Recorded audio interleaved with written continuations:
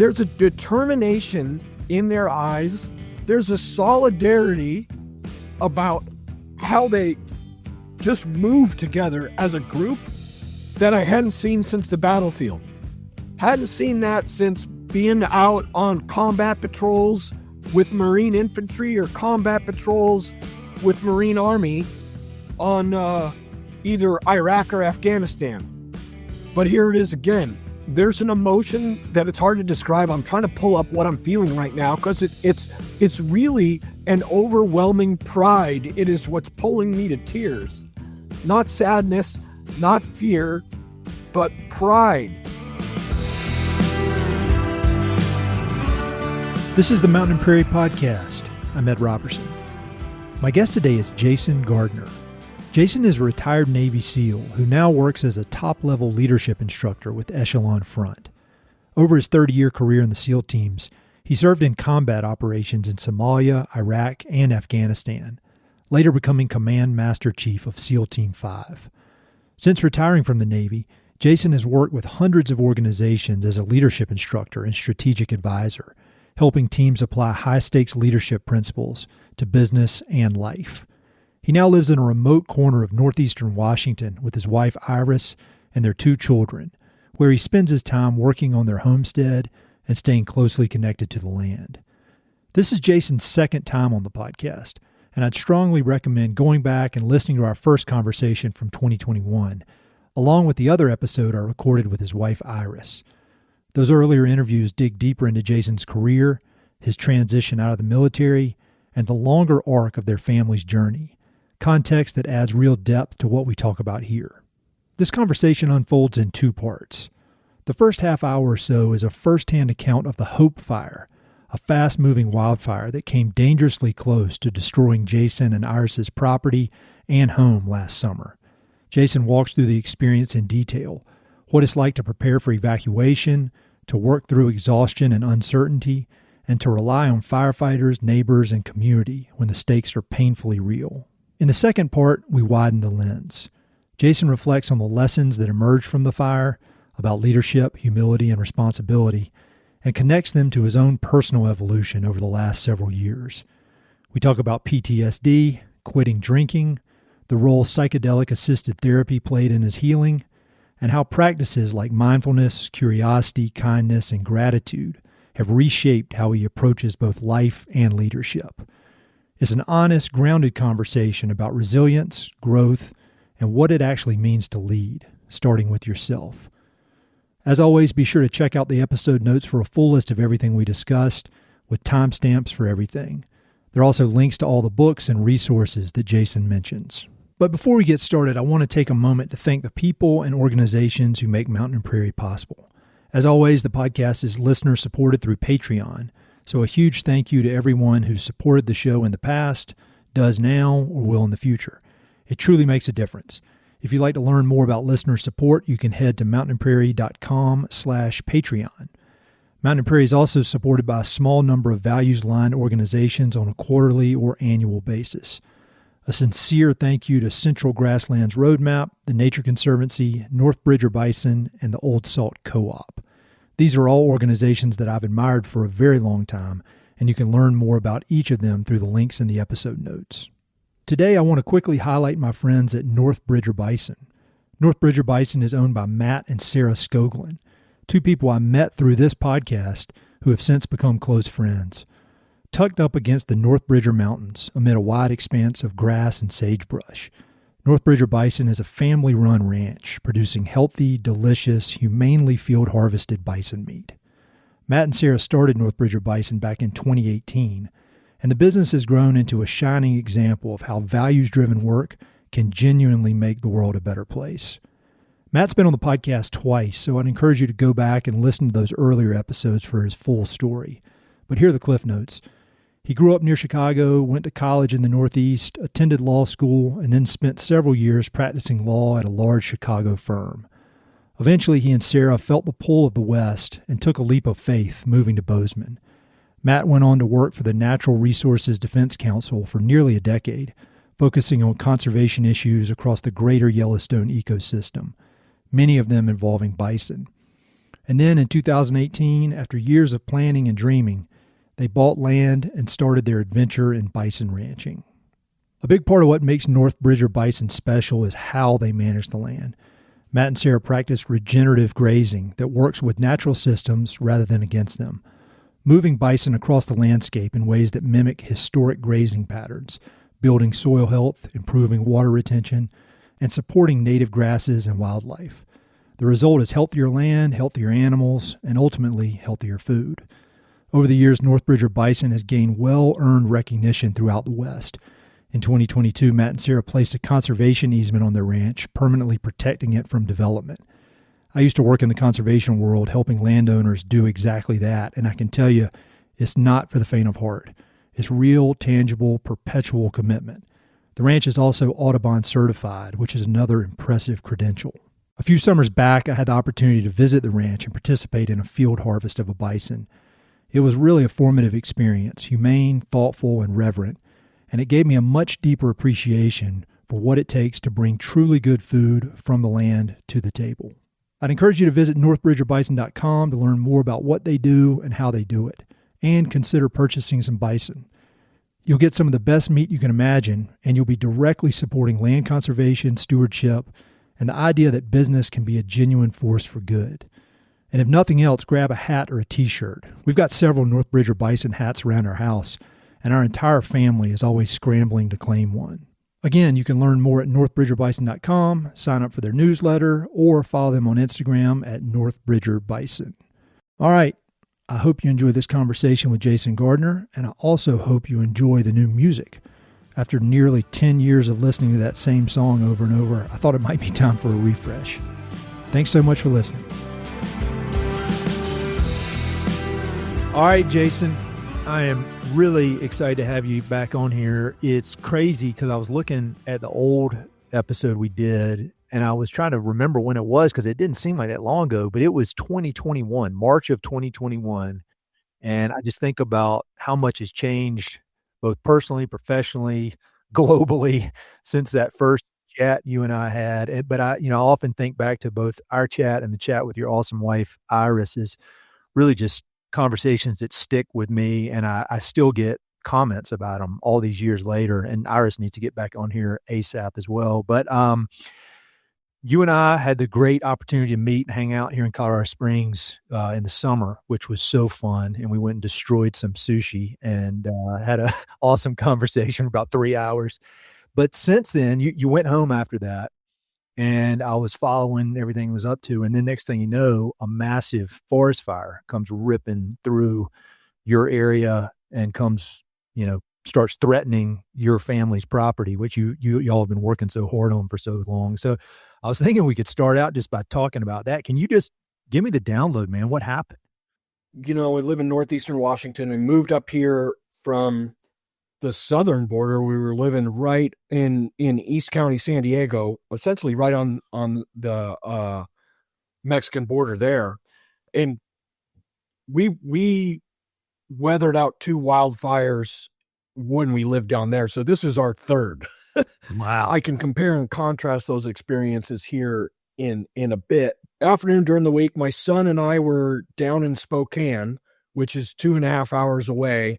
And I start getting these text messages that there's a fire, and that day was about 104 degrees, and the winds were blowing about 20 miles an hour, maybe even faster than that.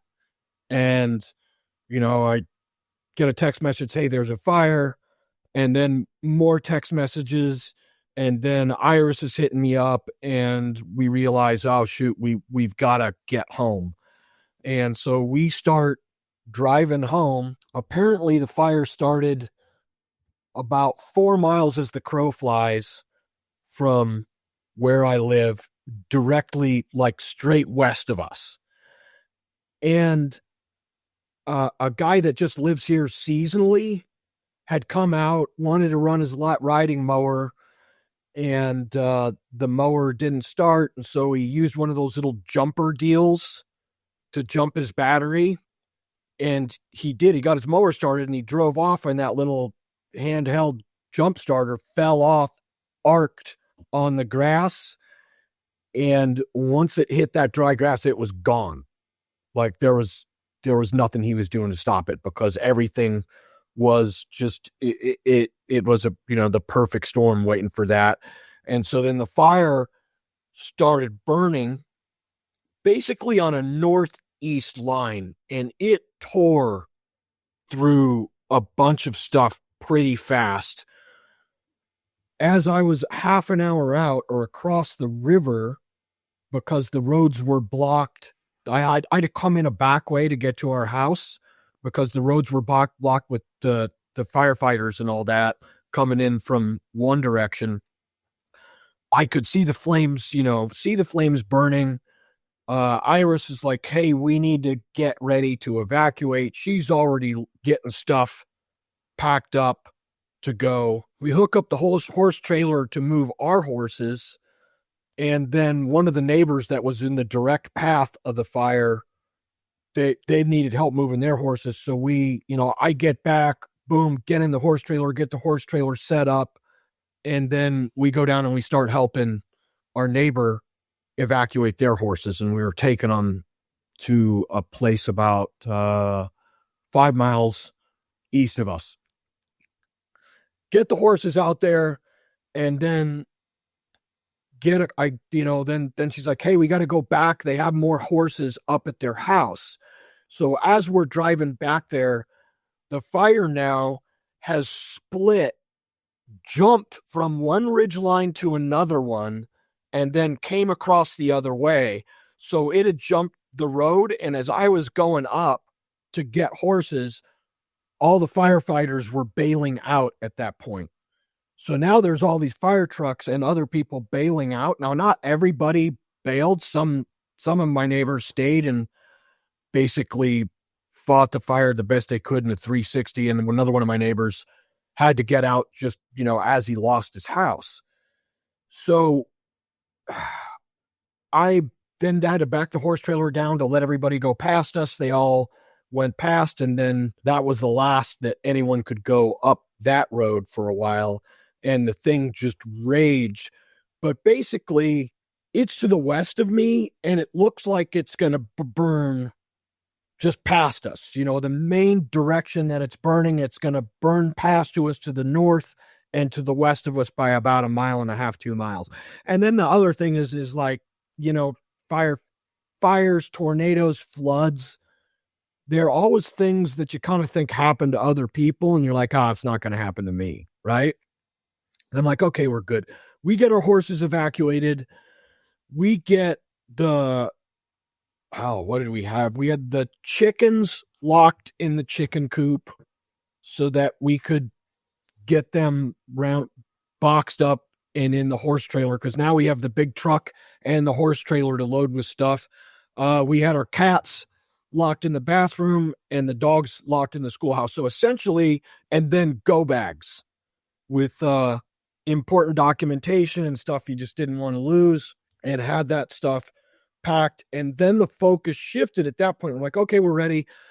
But man, we're not leaving until it's like right on top of us. So all these fire trucks are starting to show up, and there's all different, you got DNR fighters, which is Department of Natural Resources, got the state folks. And then I see the small fire engine, right? It's got a small thing, and it's got a USAA sticker on the window. And I have my fire insurance through USAA. So I go up to them, and I think the name of the company is Capstone.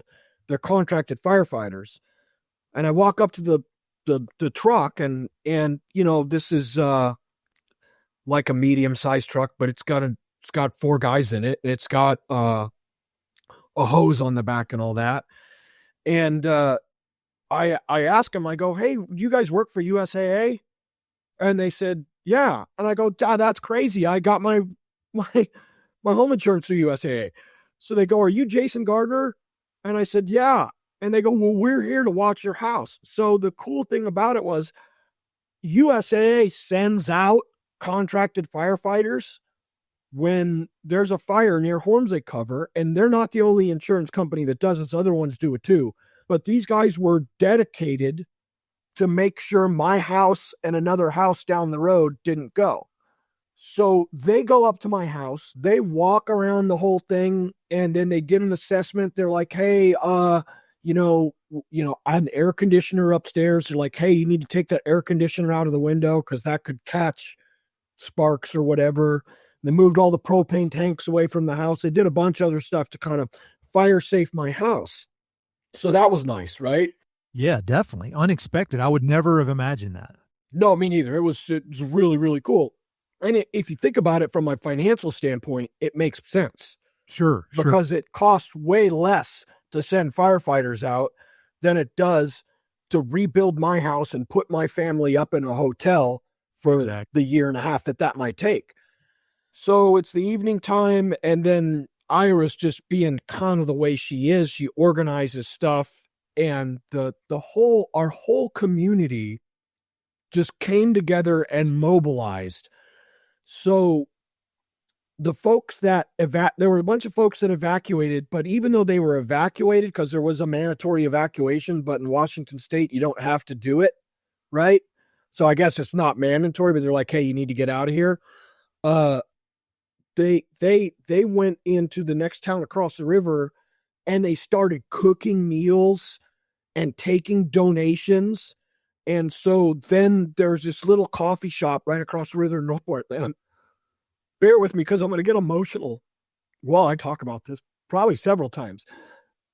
And they started just taking donations and were buying food and cooking food and then bringing meals out and bringing drinks out and bringing all kinds of stuff out. And so right in front of the schoolhouse, that's where it became the spot for the firefighters, which the schoolhouse, the property that we own, we live in a tiny little cabin, like 900 square feet. And on the 3-acre property that we own right here in this little chunk, we own more behind it, but there's a 100-year-old schoolhouse that we fixed up and run as an Airbnb. And so and it has a little parking lot in front of it. So that became kind of a central spot for everybody that wasn't at the fire camp. And the fire camp was it's almost 40-minute drive away.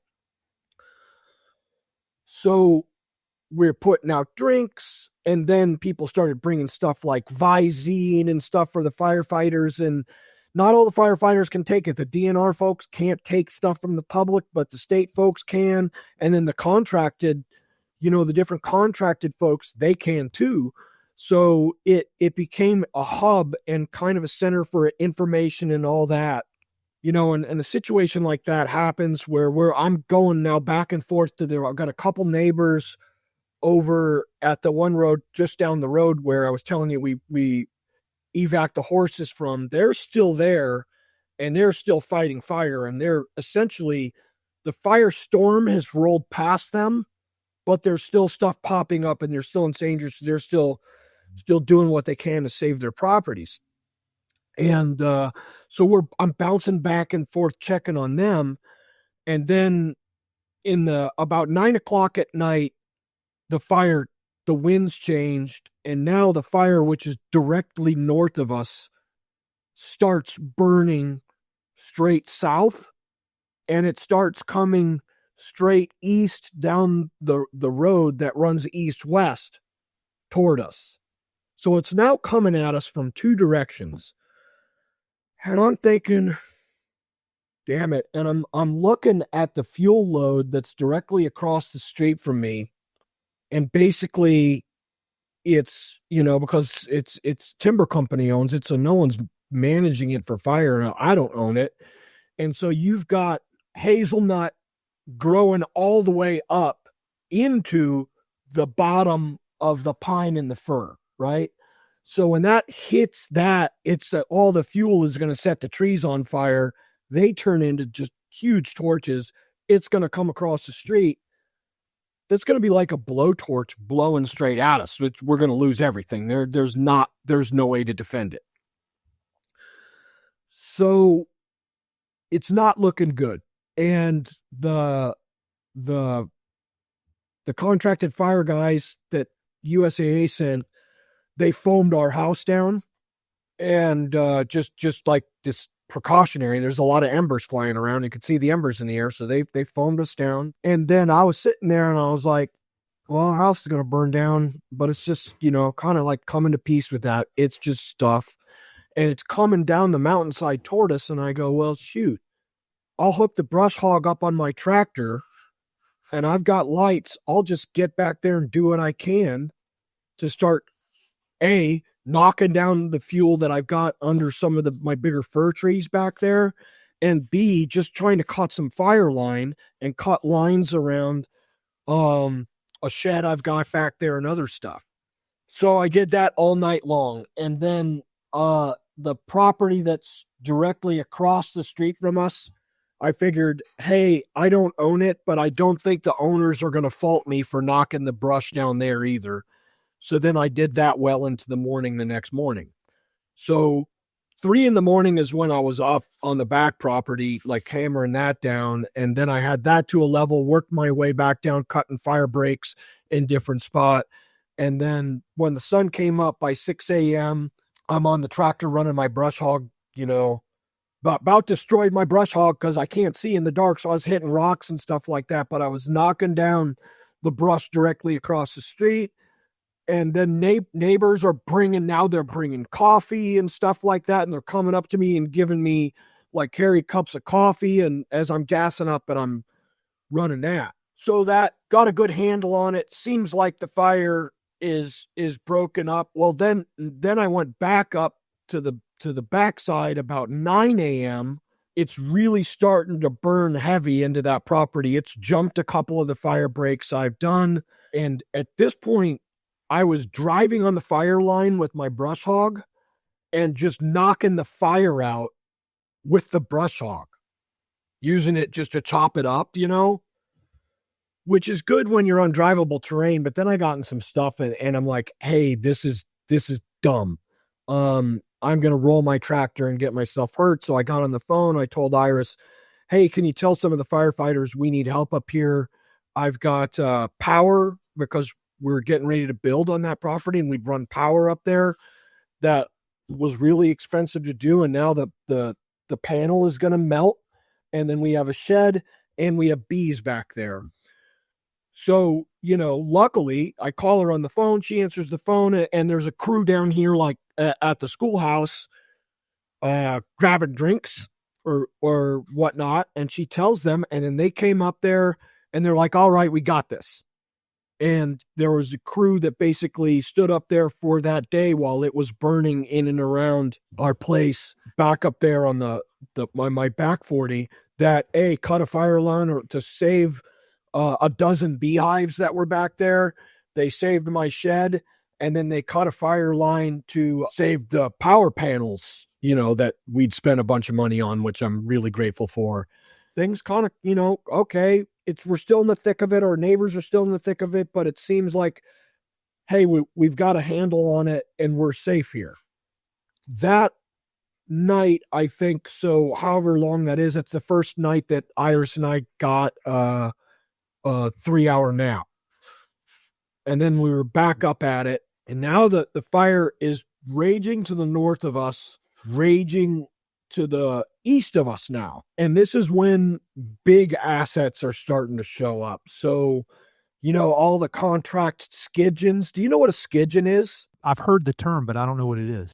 They're essentially like the big heavy duty log skidders that loggers use way in the back country to pull logs out of really rough terrain. Oh yeah. And then they'll put an 800-gallon tank on it and use it to fight fire in the backcountry. So essentially, they're just Mad Max vehicles.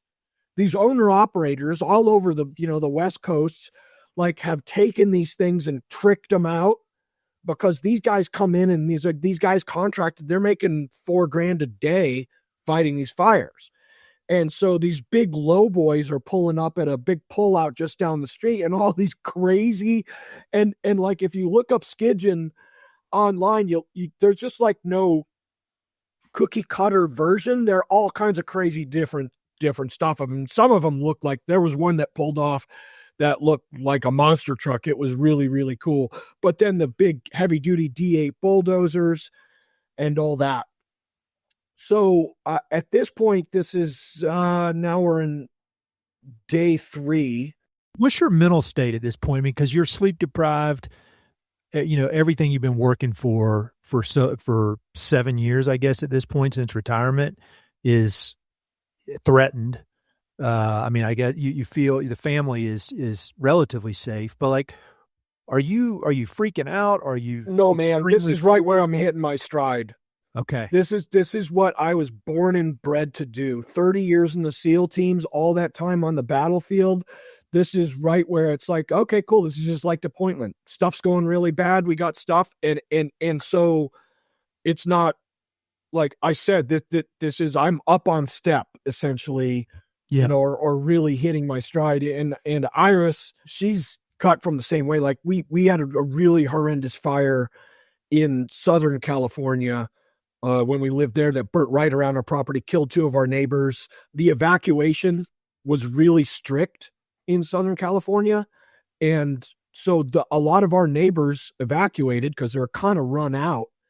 We just didn't evacuate. And, we're smart. We put on like raincoats and the same clothes that we saw everybody else wearing. So we didn't stand out and just stayed.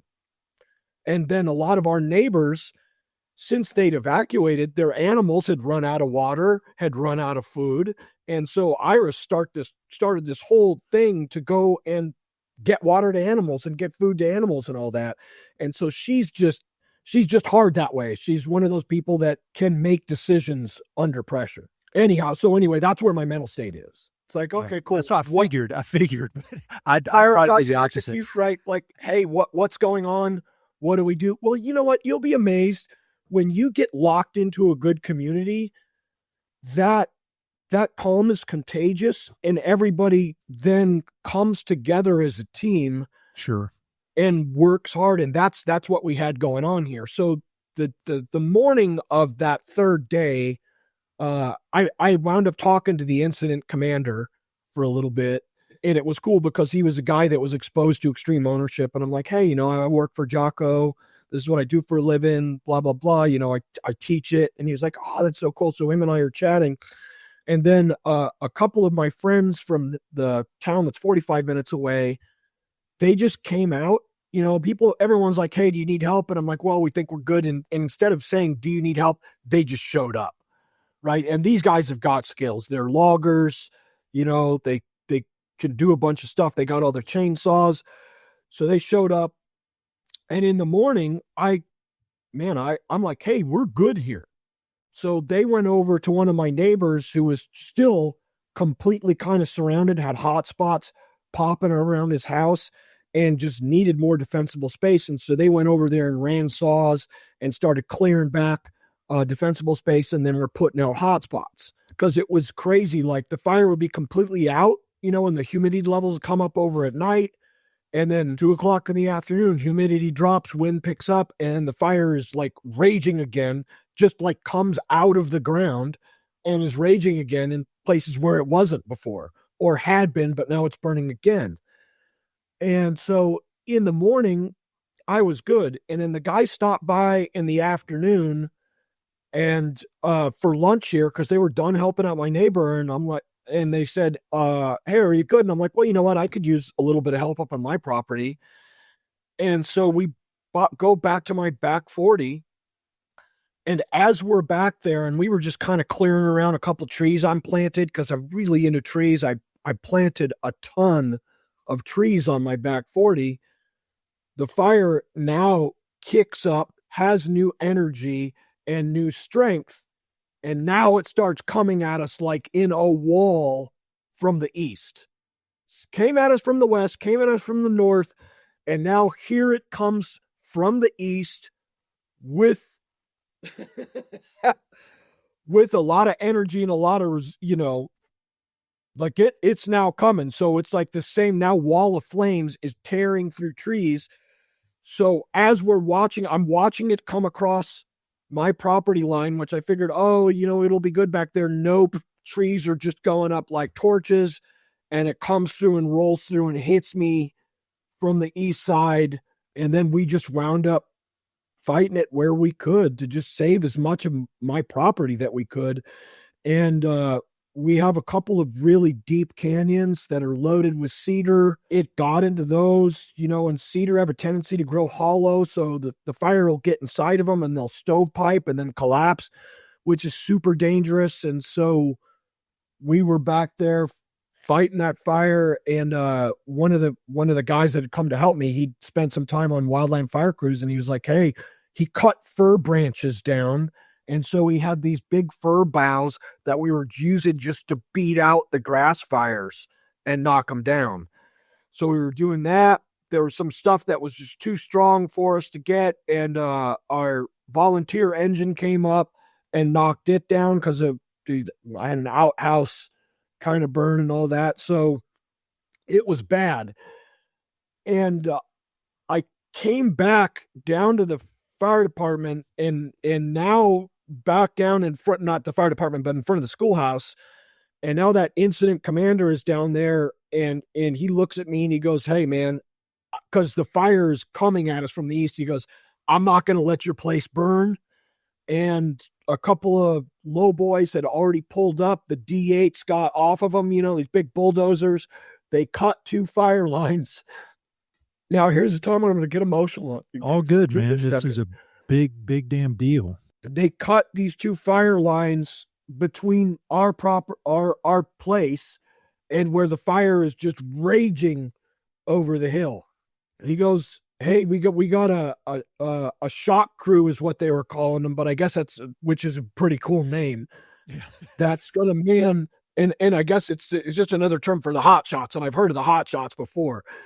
And they're gonna man that top fire line, and if the fire winds up jumping it, then they'll set a backfire from the backfire line up towards the front one, and we'll be able to handle it. You guys will be okay. So this is like a slow motion train wreck, right? This fire is raging, but it's like it's going to be half an hour before it gets to us. But you can see by the trajectory and the momentum that it have that it's coming full speed. So I get on my ATV and at this point I have a little pump sprayer rigged up on the back of the ATV because I wanted to go up and I just wanted to get my eyes on the shock crew. I'm going to be honest with you. I couldn't differentiate them just looking at them from all the other fire crews and firefighters that were out here. They were all freaking awesome. They're rugged. They're dirty. They're so dirty that you can't even tell, and it doesn't matter what gender they are. And there was plenty of women mixed in with the men, fighting just as hard and just as efficiently as far as I could tell. And so they've got all this heavy gear on. They've got those, the Nomex yellow coats and all that. And they're dirty. They're carrying all kinds of heavy equipment, like the fire crews. Everyone has like a different heavy, gnarly looking tool that essentially looks like some kind of medieval weaponry. There's a determination in their eyes. There's a solidarity about how they just move together as a group that I hadn't seen since the battlefield.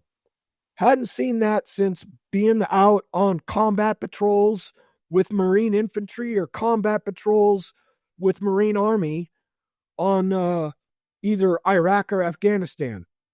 But here it is again. And it was freaking... there's an emotion that it's hard to describe. I'm trying to pull up what I'm feeling right now because it's really an overwhelming pride. It is what's pulling me to tears. Not sadness, not fear, but pride. Well, and they're doing it in service, just like you did overseas. Is they're not, it's one thing if their somebody's family is threatened. Of course, everybody's going to go all in. But these people didn't even know you, and they didn't know your family, and they didn't know that didn't know the community, and they're doing it for you.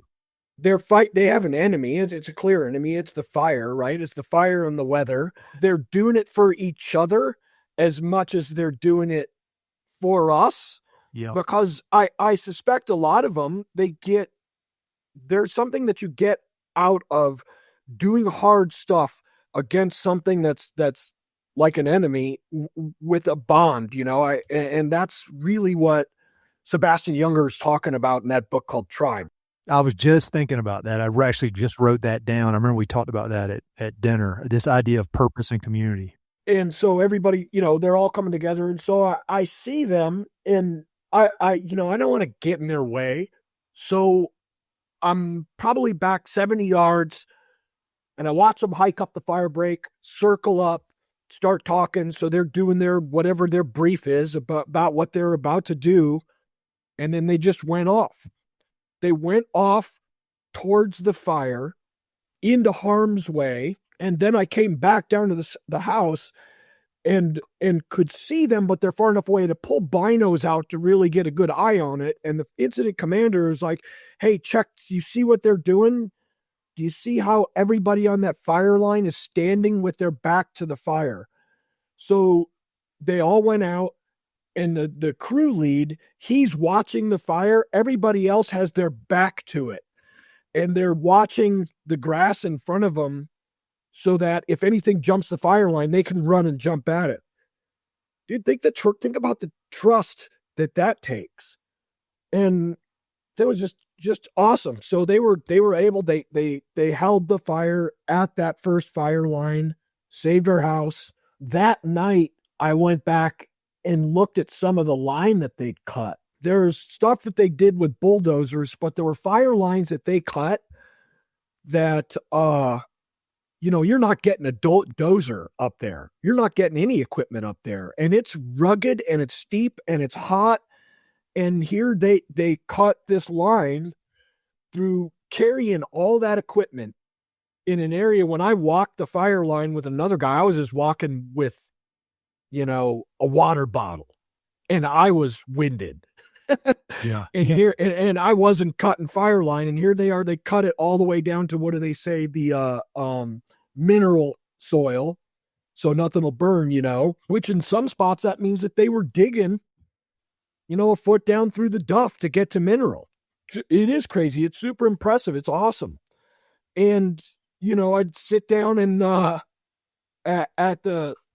we wound up putting up tents and then serving 3 meals a day down here in front of the schoolhouse to both the folks that had stayed to try and protect the stuff, to our volunteer firefighters, and then every firefighter that was welcome, and all the contracted guys, they were stoked on it. They were coming here for the free meals. And then we had big coolers full of liquid IV or any of the energy drinks that they liked, electrolyte drinks and stuff like that, and then just drinks and sodas or whatever. And so hang out and talk with firefighters down there, and the neighbors, would come together. And one of the firefighters or the incident commander and a bunch of the firefighters told us, to go, hey, you guys have a really special community here, because we don't see this it's really rare that we kind of see this community support. And that's because of a multitude of things. One, we were allowed to stay, our sheriffs, they let people in through the lines. They're like, hey, you can stay. And they were here asking us. They got out of their vehicles and asked us, hey, what do you need? And they were helping fight fire and evacuate animals. And that was awesome. And then the incident commander, when he got here, he's like, hey, who is still here? Are all their animals okay? What can we do? Well, that kind of a question related to all that. You're in the leadership business. I mean, you have been your entire career, but now you're out teaching regular people like me how to be a leader. And I feel like when you describe this, it is really the best of human beings, working together towards a common purpose against an enemy as a community, just going as hard as you can. I mean, and a lot of some of that is because a lot of those firefighters, they're obviously highly trained, but there's something in their brain that makes them want to do that kind of work. Just like there was something in your brain that made you pursue your career in the military. Like how do you take lessons from that and apply it to, say, a bunch of people in an office building doing finance. Because if you could just get 1% of that and apply it to a business, the business world or something outside, I mean, you can just imagine what a powerful thing that would be. So I'm curious about how do you translate all that, whether it's that or your experience in combat? I mean, how do you get normal people to not only understand it, but to act in a way that harnesses a bit of that without your life being on the line and property being on the line? Does that make sense? You just make them feel like they belong and care about your people. And guess what? That means you might have to pay them a little bit more, or you know what? You better, because they're people. And and this is counterintuitive, because businesses who do pay their employees more tend to make more money, because guess what? And there are a lot of indicators to other people that let them know that you care about them. Pay is just one of them. But if I'm working for you and I know that you care about me and you respect me, well, that means that my biggest fear is disappointing you. I'm going to work hard for you. I'm going to have a vested interest in seeing that this business is doing well, because this business has become my tribe. You can't like pull a Dwight Schrute and do a big fire alarm and blowtorch door handles. There isn't a existential threat when you're in an office building that pulls everybody together. So we have to look at other ways that, we can come together as a team, and we can just talk about, hey, this is what we do, and this is why what we're doing, this is why this matters to us. And then that's it. I think about all the leaders that I work for in the Navy, and I'll put them into two buckets. One set of leaders I worked hard for, because if I didn't, they'd yell at me. And there was another set of leaders, and, even in the SEAL teams, this was a minority of the leaders, but I worked hard for them because I was afraid of disappointing them. And when I did the forensics on this, when I look back and I'm like, well, what made me care about whether or not these people would be disappointed in me? What was it about these leaders? Because they had different styles.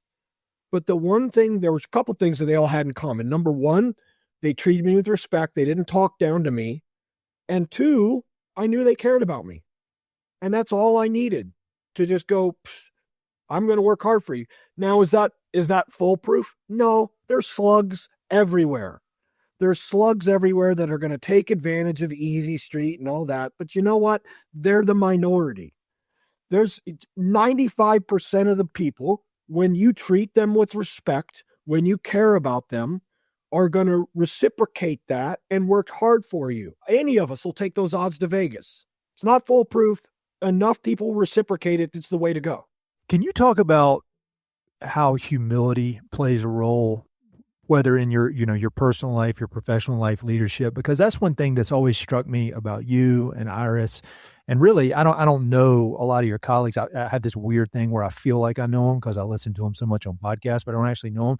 But in a lot of ways, for somebody on the outside who hasn't spent a lot of time kind of entrenched in your world, I feel like I have just by listening in, you would think, all right, elite level military operators, high level business people, all this, that there could be like a arrogance or a lot of ego running around. But what you preach over and over and over and over, and all your colleagues preach, is this idea of dropping your ego, getting rid of your ego, being humble. I mean, I would say that's one of the top, if not the top thing that I hear you talk about a lot, and not just talk about, you live it. And I don't really have a specific question there as much as I'd love to just hear your thoughts on humility, because it's the character trait that I admire most in people. And on the opposite side, I can't stand arrogance. I mean, it's getting worse the older I get. I need to chill out. But as I get to know people like you who are elite, who are humble, I'm like, how can anybody else be arrogant? How can you be arrogant? If Jason Gardner's humble, why is this clown over here arrogant? Can you just tell me a little bit about your thoughts on humility? Humility most important leadership trait, most important trait to being a good person. And so humility is really misunderstood because people will mistake humility with meekness. Oh, the person's quiet. Oh, they're too humble. They can't make a decision. No, humility is just a measure of how well you have your ego under control. And the controlling your ego is just like trying to fight a forest fire. You know, it takes so much discipline to control the ego. There's an ancient Chinese military philosopher, Wu Shi, is around before Sun Tzu, and he wrote that a medieval general is at the biggest risk for a defeat after his third victory. And people have seen this all the time with sporting teams too, right? You'll see a football team, they're up 40 points, and then they take their feet off the gas and they quit playing. And then typically right after they trounce somebody, the next game, they're going to lose it. And then they'll probably lose the next game because they lose that drive, right?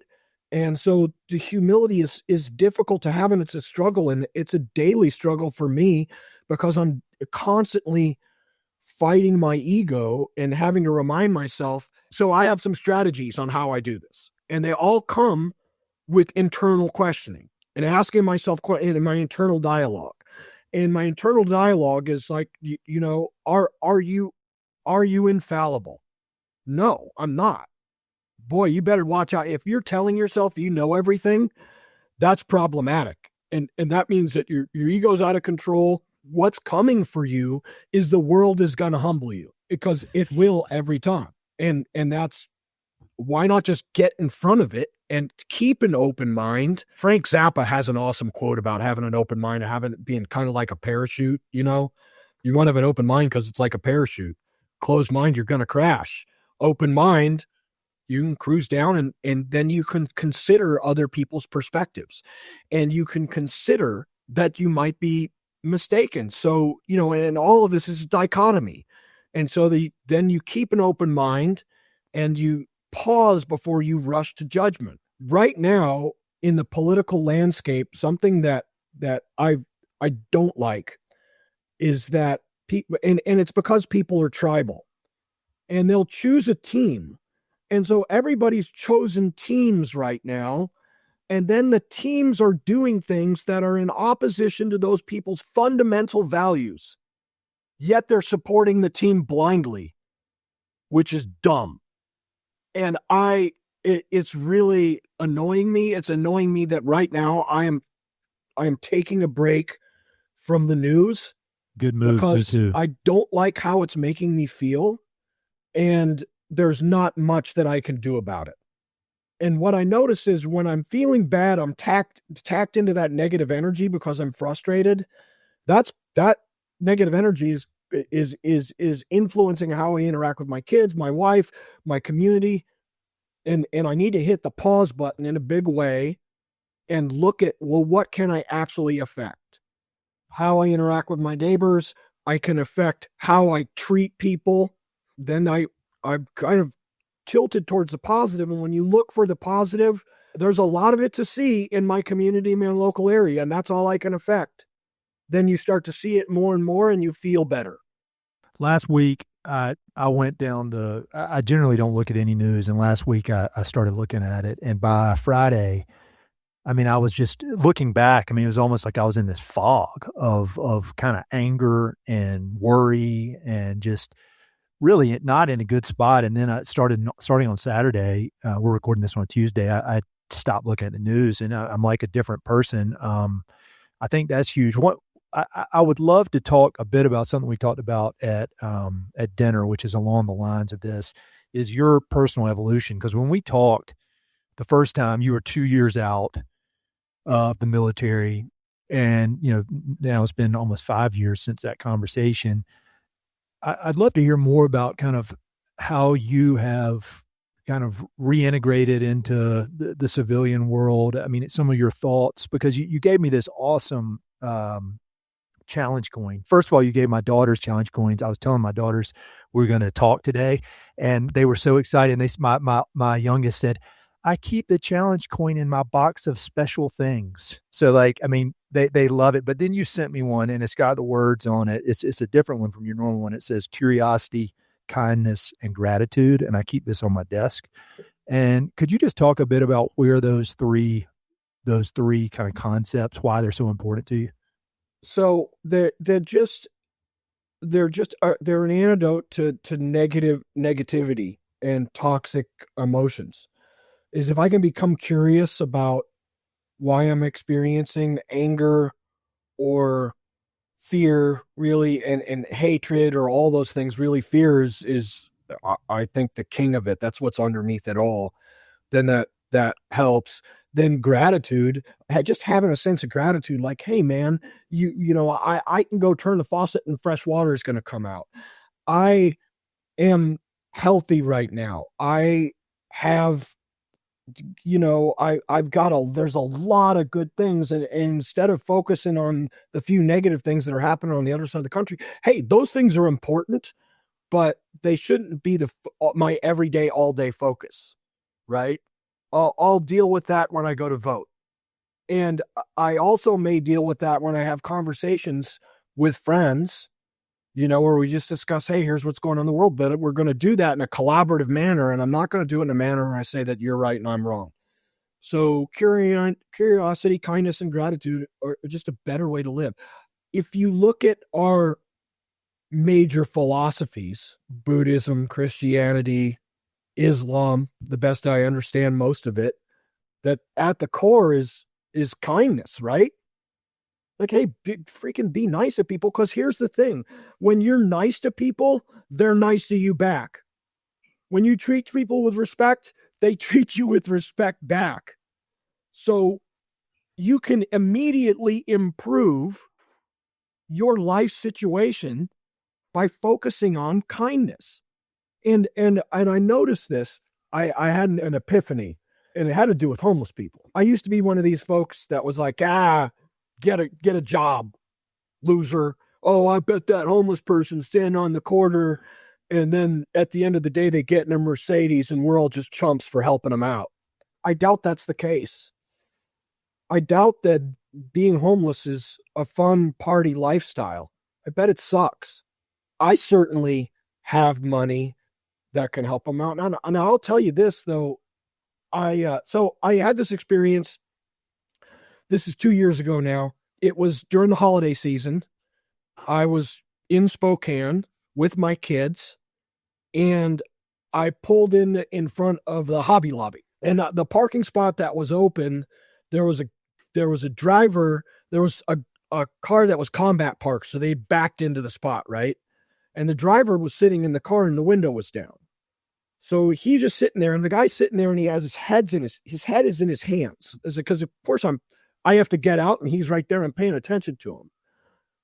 And when I get out of the car, he looks up and he says, "Hey man, could you help me out? I need some gas money." I get all righteous, and I was like, "Well, why aren't you over at the gas station if you need gas money?" And he goes, "It's right there." I rolled my eyes at him, I sighed, and then I gave him $10. But I gave him $10 in a real shitty way. 20 steps away from him, and as I was like, now I'm going through, like, I do this all the time. I do and this is something I learned in the SEAL teams is we do a debrief. Like, hey, how'd that go? What could I do better next time? And as I was going through that, I was like, you completely jacked that up. You completely jacked up that interaction. That's not a place where panhandlers typically hang out. That person needed help. They didn't need you to make them feel any worse than they already felt, and you could have helped them out. Why do you think you thought that you had been thinking one way for a long time, and then all of a sudden you thought about it differently? What was different? Because Iris had been putting it in my ear forever. Every time we'd get around a homeless person, she's like, dude, look how bad that sucks for that person. Yeah, I'm like, they're mentally ill. I'm like, okay. She's like, yeah, that the poor person is mentally ill and they're out on the street. That's awful. And so she had it in my ear, and it just made me feel weird. And I'll tell you, it also is paying attention, like having some mindfulness about how you feel. And when I'm nasty to somebody, or like nasty to a homeless person, it makes me feel gross for a while. I don't like that feeling. So I came back out of the parking lot and I was really hoping that he was still out there because I wanted to apologize to him. I wanted to offer him some support. And so I got home and I have a pretty decent social media following, and I did a post on social media like, hey, here's what just happened. Here's how I jacked that up. Here's what I should have done. I should have said something to him like, hey man, what's your name? And then when he told me your name, like, bro, you're going to be able to get through whatever you've got going on, but here's some money so you got some help from me. Hang in there. That's what I should have said to him. I should have offered him a hand up instead of looking at him like some, oh man, there's that classic meme that's been going around where there's like the three French guys up in the balcony and they've got the wigs and they look like they're better than you, you know? And the meme was going around like, you know, what was it? Like people that have their own chickens right now when eggs are expensive are all aristocratic and looking down at, you know, all the lily people. And no, I don't want to be that guy. And that guy's life isn't good. And by that, I mean people who think they're aristocratic and better off than him. Their lives aren't good. They're crappy. So a year later, the kitchen faucet's about to break. And that's a problem that you want to get ahead of, right? Because it's going to decide to break at 8:00 at night on a Sunday when you can't fix it. So I go into Home Depot, and as it happened, I got into Home Depot 5 minutes before they closed. Dude, there's a lot of choices for faucets. It takes me 30, 40 minutes to choose a faucet and then check out a Home Depot, go out into the parking lot. Parking lot's essentially empty. It's raining. It's dark out. And I come out of the Home Depot and I see my car, past my car another 30 yards. I can see what is a homeless guy like shuffling across the parking lot. He sees me, I see him, we have eye contact, and he changes direction and he starts coming towards me. Now he's 60 yards away. So it's not a surprise, right? And I go, okay, I prep myself, okay, let's try and deal with the situation differently. And then we'll do the internal debrief and see how it goes. So he gets into about that 7-yard range. He says, hey, can you spare some money for bus fare? I don't have any money for the bus.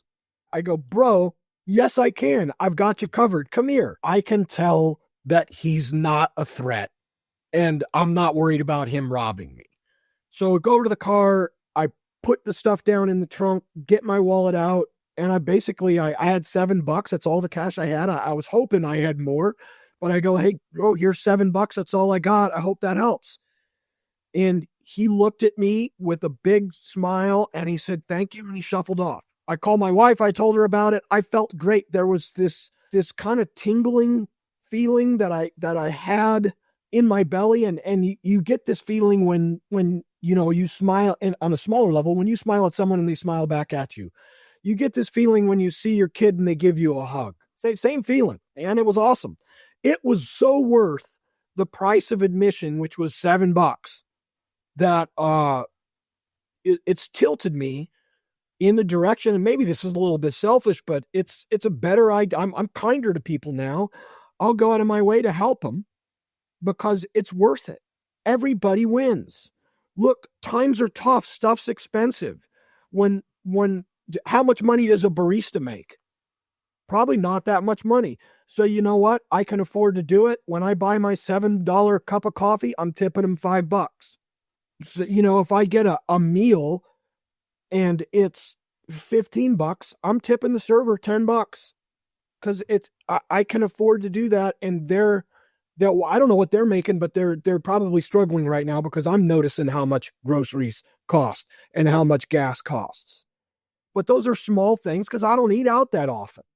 Right? And it's a balance. You can't get too generous and give away all your money.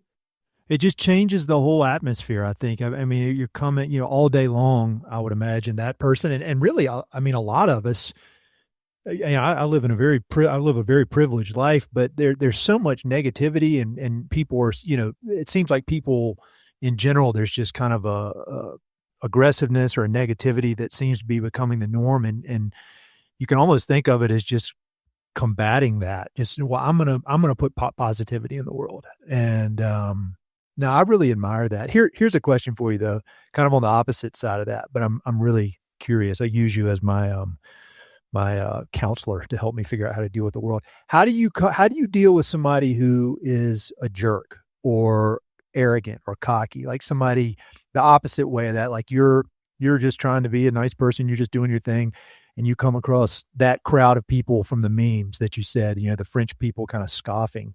How do you deal with that? Because my first reaction is it's stupid, I know, but it's like I want to set these people straight. I want them to know, I want them to know they messed with the wrong person. I'm going to set them straight, blah, blah, blah. It's so stupid. How do you deal with arrogant people? You're going to use combat tactics. You're going to take, and this is something we learned in Afghanistan, you better take the high ground or the high ground will take you. And that's fundamentally real, and it applies to everything. So if I'm encountering somebody with a big ego, I am going to check my ego. Look, if our egos aren't going to bump up, if I just check my ego, it's like, oh, they want to take, and then a series of questions. What a big ego is always, there's a lot of insecurity underneath that. And people who are hurt other people, and people who are jackasses are in some kind of pain and they're broken. And so when I tell myself that, it helps me to give them a little bit more grace. What are tactics, techniques, and procedures that you can use in everyday life to deal with these people? There's a guy on social media. His name is Jefferson Fisher. He'll give you strategies on how to do that all day long. And typically it's about, pausing, not responding, let me correct myself, not reacting. You can respond, because I'm not telling you that you should not have any boundaries and allow people to treat you like crap. No, that's not what I'm espousing here. But how to do that in a way that's respectful and keeps you out of the ditch. They want to get down in the ditch, that's fine. You don't have to get in the mud with them. And really, are you going to care in 5 minutes or 5 years what that person thinks or says? Probably not. So, questions is the way that you approach this. When I was still in the Navy, when I came back from my 4th combat deployment to Afghanistan, and I got home, my wife was like, after being back for about 2 weeks, she's like, you're not the same person that left. Will you please see a counts, go try and find us, one of the psychologists at work. And I yelled at her. And as I was yelling at her, I was like, dude, what are you doing? She's trying to help you. She loves you. And you're not the same. This is 2009. I found a psych. It took me a little bit longer than, was I think appropriate. And the deal is it just aren't enough. There aren't enough psychs for everyone who needed them at that point in the war, 2009, 8 years at war. And there just weren't enough of them. So anyway, I started seeing the psych, and it was awesome. And, I had PTSD. Now, I think there's a lot of misunderstanding about PTSD, and a lot of people think that, and PTSD is a lot of different things. A lot of it is like, you hear a loud noise and jump, or you freak out or whatever, or you have like a panic attack. For me, what PTSD is I had 8 months on that deployment of reinforcing all the neural pathways on what to do for a life or death scenario. Because every stressor essentially was a life or death. So there's neuroscience behind that. Every time I do that, I'm reinforcing those neural pathways, and come back. And now I've got stressors, and I'm reacting to them as if they're a life or death stressor. They're escalating all of my hormonal responses and all that, when it's just shit that doesn't matter. But that's because all those neural pathways have been reinforced. Of course, that's what happens. I went into an inpatient treatment, and I was really lucky, and I have a lot of gratitude that I was able to do it, because it cost a lot of money for me to be able to go to that and other soft guys to go to it, because everyone should go to it. The reality is, they couldn't do it for everybody. So I went to Bethesda. I went to this thing called NICO, which is the National Intrepid Center of Excellence.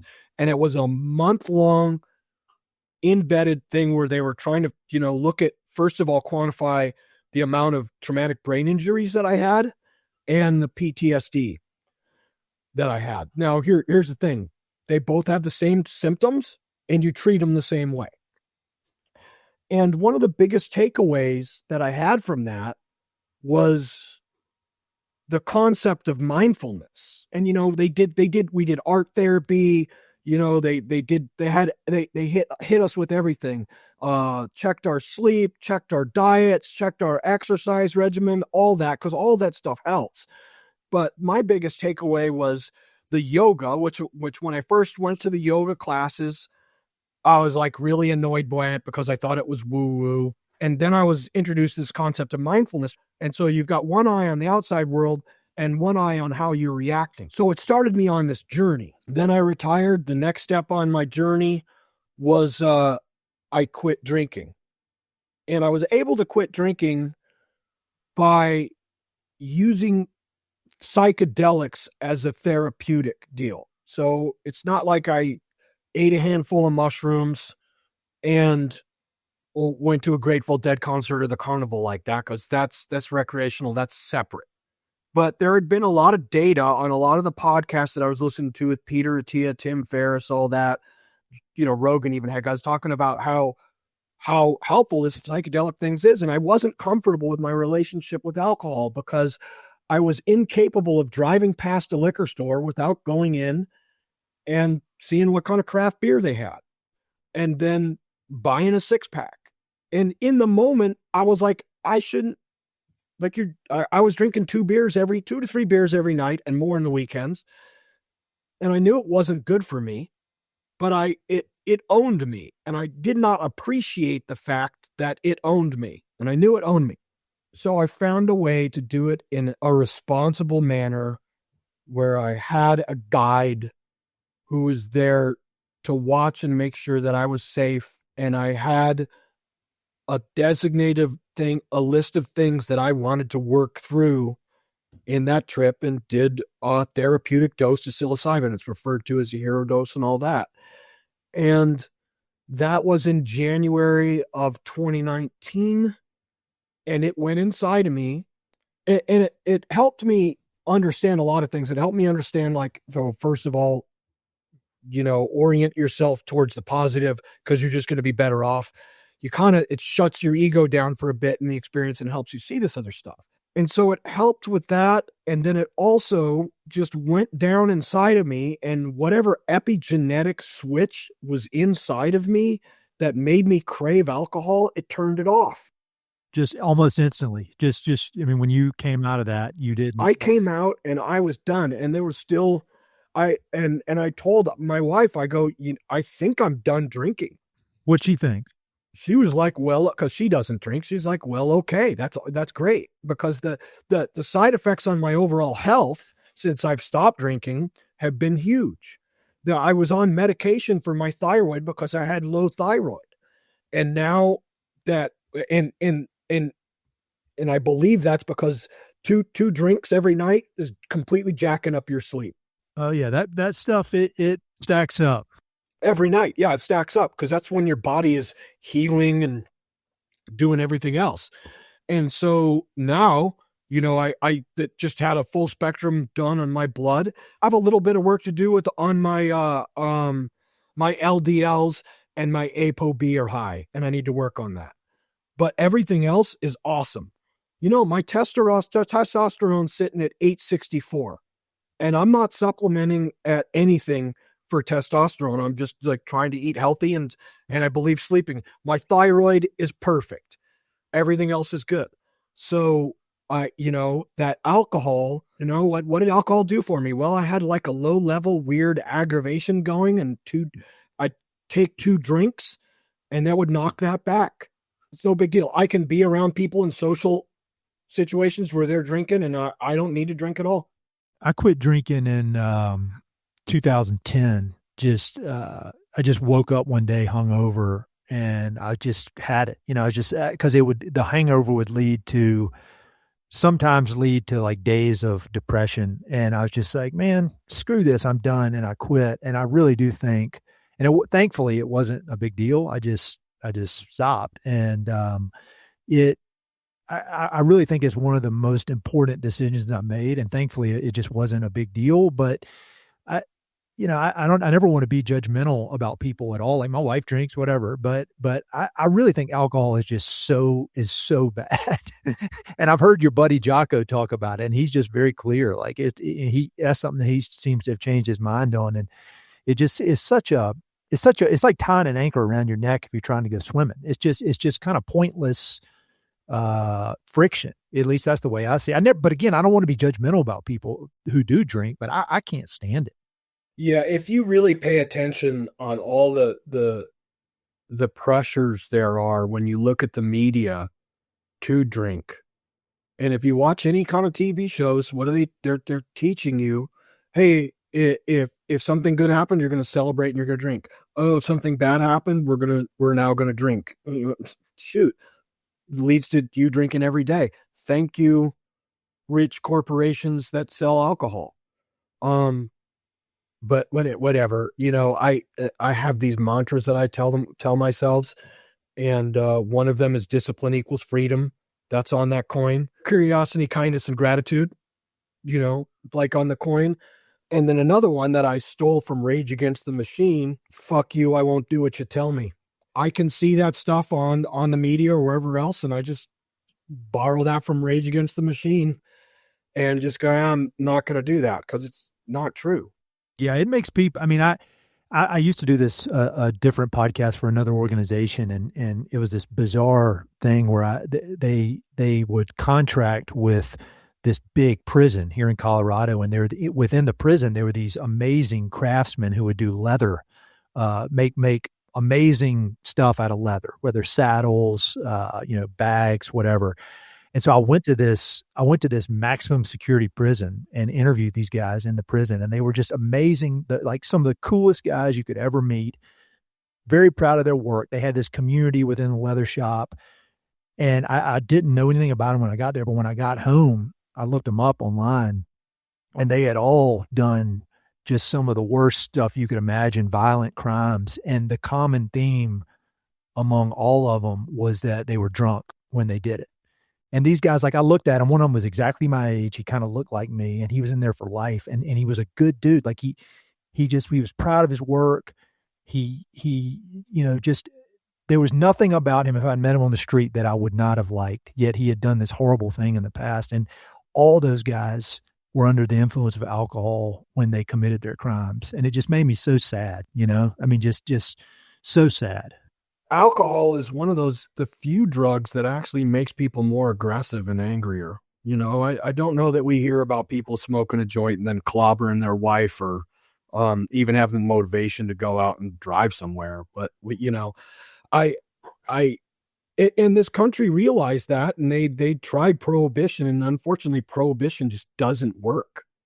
And somewhere in the middle is what's going on. If you drink, I'm not judging you, but my life is way better since I quit. 2 drinks a day is not healthy for you.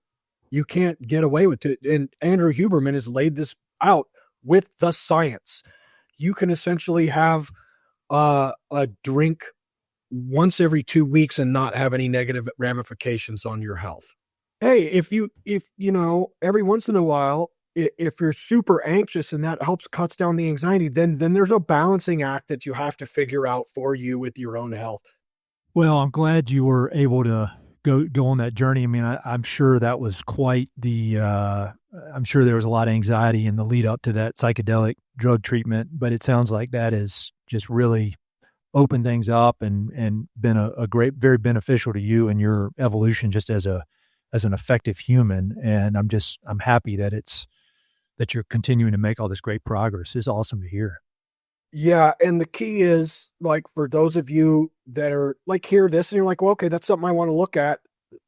Make sure that you're doing it with folks that are responsible. I recommend drive up to Oregon where it's legal, or some of the other states where they're actually licensing these practitioners, because it's first of all, it's not a magic pill, and second of all, it if you do it in the wrong environment, it can do a lot of damage, and you can wind up worse off than you were before you did it. I wound up going down 2 years after that experience and doing the Ibogaine retreat uh, in Mexico. There's a movie on Netflix now called Of Waves and War, I believe is what it is. And it's just talking about all the people that's helped. And Ibogaine is much more powerful than the psilocybin. It is also it's a little bit more dangerous because it could do things to your heart. So, where I went, there was a doctor there was a nurse on there. They were monitoring you for your heart rate, your O2, all that. And so it was essentially for 6 folks that did the retreat the same time I did. The staff was 5, so almost a 1-to-1 deal that they were taking very seriously, because it's serious stuff. You can have Ibogaine can give you a heart attack. And it's the psilocybin lasted about 4 hours, probably 6 hours total. Ibogaine was an 18-hour thing, and it was scary, but it took me on a journey that was really rough, where I had to go through a bunch of things in my life that I'm not proud of or were horrible. And then at the end of that experience, the medicine showed me basically all the things I have to be grateful for, and there's an awful lot. And so it was one of these experiences, and that's what pulled aside, I would say, like a curtain, and let me look through a window and realize, yeah, there's negative energy and positive energy, and they probably have different frequencies, and I have a choice on what I'm going to focus on. And the Stoics talked about this, right? They said you are what you pay attention to. So why not pay attention to the things that I have grateful reasons to be gratitude for, and why not pay attention to all those things? And why not focus on being kind? Because if I'm paying attention to how I am when I'm kind, how good that makes me feel. I love the self-reflection that you bring into your life, because in all the history I read, I love reading history and learning about amazing people. And sometimes there's this term I've heard called man of action, and it's these, you could say person of action, I think is a better term, but it's people that are getting stuff done and going. And a lot of times there's a lack of introspection with those kind of folks. And what I admire about you and Iris, and it seems that a lot of your colleagues at Echelon Front, is there's this focus on action, but there's also an ability to self-reflect a little bit. And I think you make it very, very clear that it's not easy, and it requires constant maintenance. It's not just one day you're going to wake up, you have it all figured out. I mean, you're going to be working on this for the rest of your life. And it's really cool to hear, for you to share this kind of stuff, because I think sometimes people like you in your line of work, from the distance, they can come off as kind of like superheroes and like, well, they got it figured out. But hearing that you struggle with, something might not be good for you, and you still did it. And just those little things, I think it carries a lot of weight with normal people like me. So I just really appreciate you being so open with all that stuff. It's what made the SEAL teams great, is this, we have built into the culture of the SEAL teams, and the SEAL teams have got a lot of problems, don't get me wrong, but built into our culture, tactically on the battlefield, we were constantly, every time we did anything, we would debrief it. Hey, what did we do right? What could we do better next time? And so what that does is, if you're doing that all the time, guess what you're doing? You're constantly growing and you're constantly evolving. What I had to have an epiphany later on was that, oh, wait, this isn't just in us doing stuff as a group, but this is me every day doing this assessment. Oh, how'd that conversation go with my wife? How could I have done that better next time? All that. How's this interaction going on social media? How could I do better with it? How do I approach it? Again, that's curiosity and humility at the same time. I guess curiosity breeds humility. It helps. Curiosity is just like a big way to kind of check your ego. Last kind of topic for you is I'm going to be seeing you in a few months in Nashville at the Echelon Front muster, which I'm super excited about. I can't wait. And I was wondering, for people who aren't familiar with that, could you give a little overview of what that gathering is? And I think there are 3 of them this year. There's going to be one in San Diego, one in Nashville, one in Denver, I believe. Can you tell folks who aren't familiar with that about it? Because I think it's something that people should, if you're at all interested and you can make it happen, you should attend. So to give everybody a 30,000 foot view, I work for a company called Echelon Front. We do leadership consulting and leadership training. And let me just spell something about leadership for everybody. Hey, leadership isn't something that you do to other people. Leadership is something that you do to yourself. So when you have leadership training, it's for everybody, because what we're trying to do is we're trying to make everybody better people. So the guys I work with are for Jocko Willink, Leif Babin. They wrote this awesome book called Extreme Ownership, came out in 2015. I read it while I was still on active duty. I put the stuff they talked about in the book into practice and saw it work. And when I put the principles that they discuss in that book into practice, I saw them work at work, obviously, but I also saw a huge improvement in my home life. So we do leadership consulting for everybody. First responders, mostly though, we're working with larger corporations or, different businesses. And then we also run these events, and the muster is a 2-day leadership event where you're basically immersed in the topics. Now, the beauty of this is at Echelon Front, we have, I think, 17 different instructors. All the instructors are there, and all the people that are there, there's 900 people typically go to these musters. They're all awesome people. And so it's 2 days of just being immersed in everybody talking about how to be better people and better leaders, and how we can be better for our communities, how we can be better for our families, and how you can apply this to your business so your business can grow and succeed. And that's going to benefit everyone around you. And so that's what the musters are about. And that's what Echelon Front is about. Most of our instructors are SEALs, Marines. Dave Burke just wrote this awesome book that I'll hit now called The Need to Lead. And it's fantastic. I'll mail you a copy of it. And but you know what? I recommend get the Audible, because Dave reads it and he's going to have all the inflections, and then get a hard copy of it as well, because it's fantastic. There's a chapter in there that's my favorite chapter in a lot of books I've read. Just the chapter's entitled "Listen." That's the best articulation of why it's important for a leader to listen more and talk less. So he went to Top Gun, and then he was a Top Gun instructor, basically wrote the new doctrine for our 5th generation fighters for the Marine Corps on how that, moving forward, the new doctrine for, air combat. So just awesome dude, awesome guy, awesome parent. But everybody's there, and you have the opportunity to talk to everybody on the breaks, because when the breaks happen, everyone's available. So they're a lot of fun. We do other events. We have these field training exercise events where we set up like tactical scenarios that reinforce all the stuff that we teach in leadership. So it's a great practical way, and it's a lot of fun to learn about leadership while you're doing a laser tag scenario.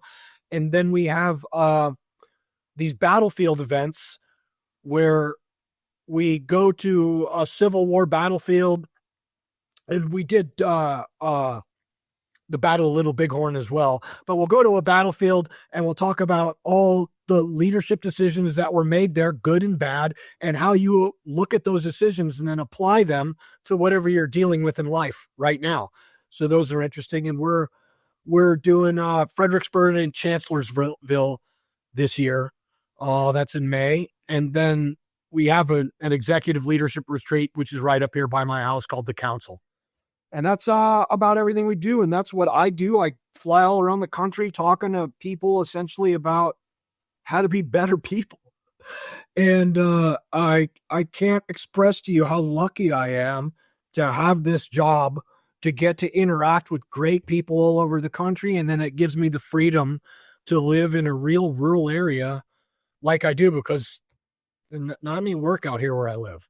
Well, man, I'm just glad that you have decided to devote this, second chapter of your career to doing that kind of stuff. Because personally, even though this will be my first muster, I mean, personally, I've just learned so much from both you and Iris. And then, even though I don't know them, I've learned a lot from your colleagues. And I complain about the internet sometimes, but being able to listen to those podcasts and learn from those people, I'm a much better person because of it.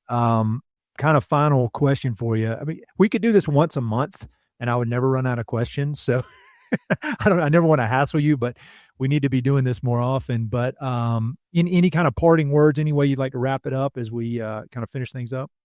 Yeah. So you usually, I want to hit the books and then my deal. So obviously that extreme ownership, dichotomy of leadership strategy and tactics, and The Need to Lead by Dave Burke. I will also recommend Never Split the Difference by Chris Voss. It's a book on negotiation. Really, it's a book about talking to people. And with that, The Next Conversation, which we brought him up earlier, but Jefferson Fisher, who has got a fantastic social media page, and he wrote a book, and the book is just outstanding. And it gives you a bunch of real tactics that you can use when someone's being condescending to you. What do I do? Or what do I do when someone says something hurtful to you? How to establish those boundaries, and then just how to interact with other people in a good way. The book's priceless for that. For a really fun fiction book, Remarkably Bright Creatures by Shelby Van Pelt. Really, really good. They're making it into a movie. And then I read a lot of the self-help leadership type of books, but I can't do that all the time. And so I'm either delving into fantasy or, sci-fi. And Brandon Sanderson's Stormlight Archive, the first book is The Way of Kings. Best things in this genre that I've read since Lord of the Rings, because he's doing a fantastic job of sneaking in a bunch of life lessons into what is a really entertaining story with a bunch of rich characters. Brandon Sanderson is just, the guy's a genius. Advice to you as we part ways. Number one, slow down. Just slow down. Be present in the moment. When I make mistakes, it's because I'm in a big rush. And we had a saying in the SEAL teams: slow is fast, or slow is smooth, smooth is fast. Let me say that again. Slow is smooth, smooth is fast. The only real time is the present. So be in it. When you prioritize things, you should prioritize your health. And that means that you should try to exercise every day and pay attention to what you're eating, have a good diet. You're just going to be happier. Your life's going to be better. And then number two, relationships. Those relationships are really, really important to the overall trajectory of your health. They are as important to exercise, diet, and sleep. So if we're going to do 4 pillars, that's what they are: exercise, diet, sleep, and relationships. And so that means make an effort to cultivate rich relationships with your family, your community, with your friends, And you can do that on social media by, when someone posts something, like it, and then say something nice about something that they just shared. It's easy. It takes a little bit more discipline to go, oh, shoot, I haven't talked to this person in a while, and do it. And it takes a little bit more energy to engage someone in conversation, when you're at the coffee shop. Talk to the barista. How's your day? Have a real conversation with them. There's a lot of evidence that your life will be better if you do that. So prioritize it. Prioritize those relationships. Try not to keep score.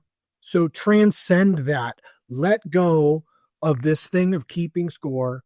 I'm not saying that you don't have any boundaries and this means you allow someone to treat you like crap. No, you still have boundaries. And if someone's hurtful for you, don't tolerate that. Let them know, have boundaries.